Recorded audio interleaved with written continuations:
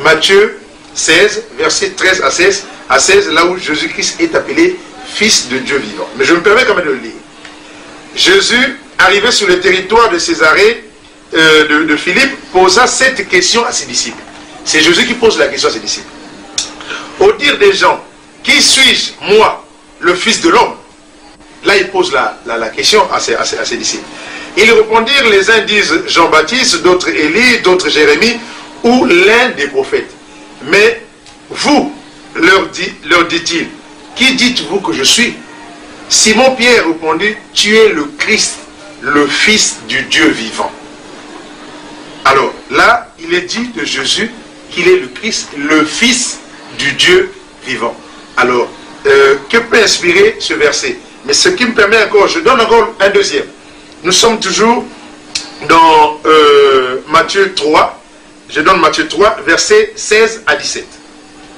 Permettez-moi d'y arriver. Matthieu 3, versets 16 à 17. Le temps de le retrouver. Oui. Là, c'est lorsqu'on baptisait Jésus, ce qui s'est passé. Dans verset 16, on lui dit ceci. Aussitôt baptisé, Jésus sortit de l'eau. Et voici les cieux s'ouvrir. Il vit l'Esprit de Dieu descendre comme une colombe et venir sur lui. Et voici qu'une voix fit entendre des cieux ces paroles. Celui-ci est mon Fils bien-aimé à qui j'ai mis toute mon affection. Alors ici, au premier verset que je vous ai donné, Jésus est appelé le Christ, le Fils du Dieu vivant. Dans le deuxième, il est dit que c'est mon Fils à qui j'ai placé, comme je dis, toute mon affection. Et on entend encore dire dans ce verset qu'une voix audible s'est fait entendre des cieux, donc probablement, comme on dit, celle de Dieu, qui parle pour de confirmer que Jésus serait son Fils.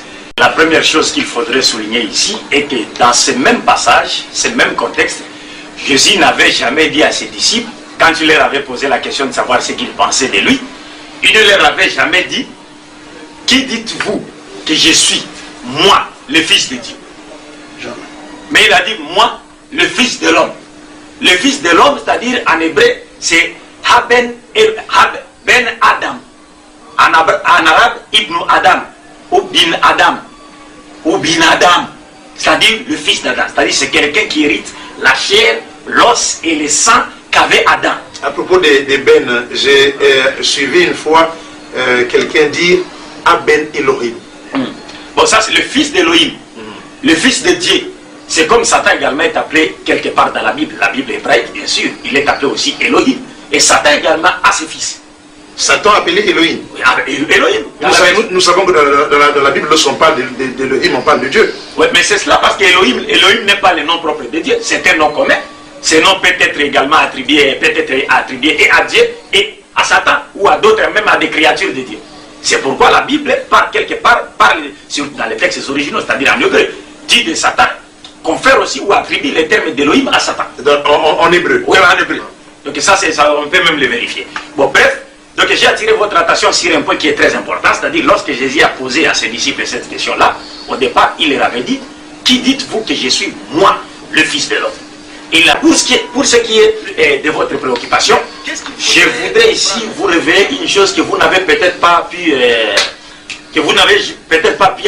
entendre dans votre vie.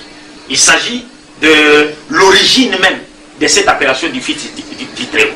Puisqu'ici, bien sûr, que la dernière partie du verset, on cite le Fils du Très-Haut. Mais je vous rappelle que cette partie-là n'a jamais figuré dans les textes originaux. C'est ainsi, lorsqu'on lit dans l'évangile de Marc, au chapitre 8 plutôt, verset 29, nous lisons, je cite, Marc chapitre 8, verset 29, et vous, leur demanda-t-il, toujours dans le même contexte, qui dites-vous que je suis? Pierre lui répondit, tu es le Christ. Et il s'arrête là. Dans Luc, toujours dans le même contexte, Luc chapitre 9, verset 20, il dit ceci, je cite, et vous, toujours Jésus, leur demanda-t-il, qui dites-vous que je suis? Pierre répondit, le Christ de Dieu. Fin de citation. Dans Jean, toujours dans le même contexte, Jean chapitre 6, versets 66 à 69, il dit ceci, 66-69. Dès ce moment, plusieurs de ses disciples se retirèrent et ils n'allaient plus avec lui. Jésus donc dit aux 12, et vous ne voulez-vous pas aussi vous en aller? Simon-Pierre lui répondit, Seigneur, à qui irions-nous? Tu as les paroles de la vie éternelle. Et nous avons cru et nous avons connu que tu es le Christ, le Saint de Dieu. Fin de citation. C'est pour vous dire que... Donc si on comprend bien dans ce que vous voulez nous faire savoir, c'est que sur le même événement, il y a eu un rapport de 4 apôtres. Ouais. Donc sur les 4 apôtres, 4 évangélistes. 4 évangélistes. Ouais. Donc 4 évangélistes. Ouais. En fait, il n'y a qu'un seul qui a ajouté le terme, tu dis, le fils du Très-Haut. Alors que sur les 3 autres qui ont fait le même rapport, ouais, n'ont pas énuméré cela. Ouais, ouais. Vous êtes sans ignorer que la Torah nous dit qu'il faut croire à une chose qui est sur déposition de 2 ou 3 personnes. Est-ce que vous comprenez? Ouais. Déjà ici, il y a 3 personnes qui disent que non. Ouais, sur 4, il y a 3. Sur 4, il y a 3 déjà. Ouais. Or, la Torah ne recommande, n'établit que les témoignages de 2 personnes ou 3. Donc 2 ou 3. Nous avons déjà 3 personnes ici.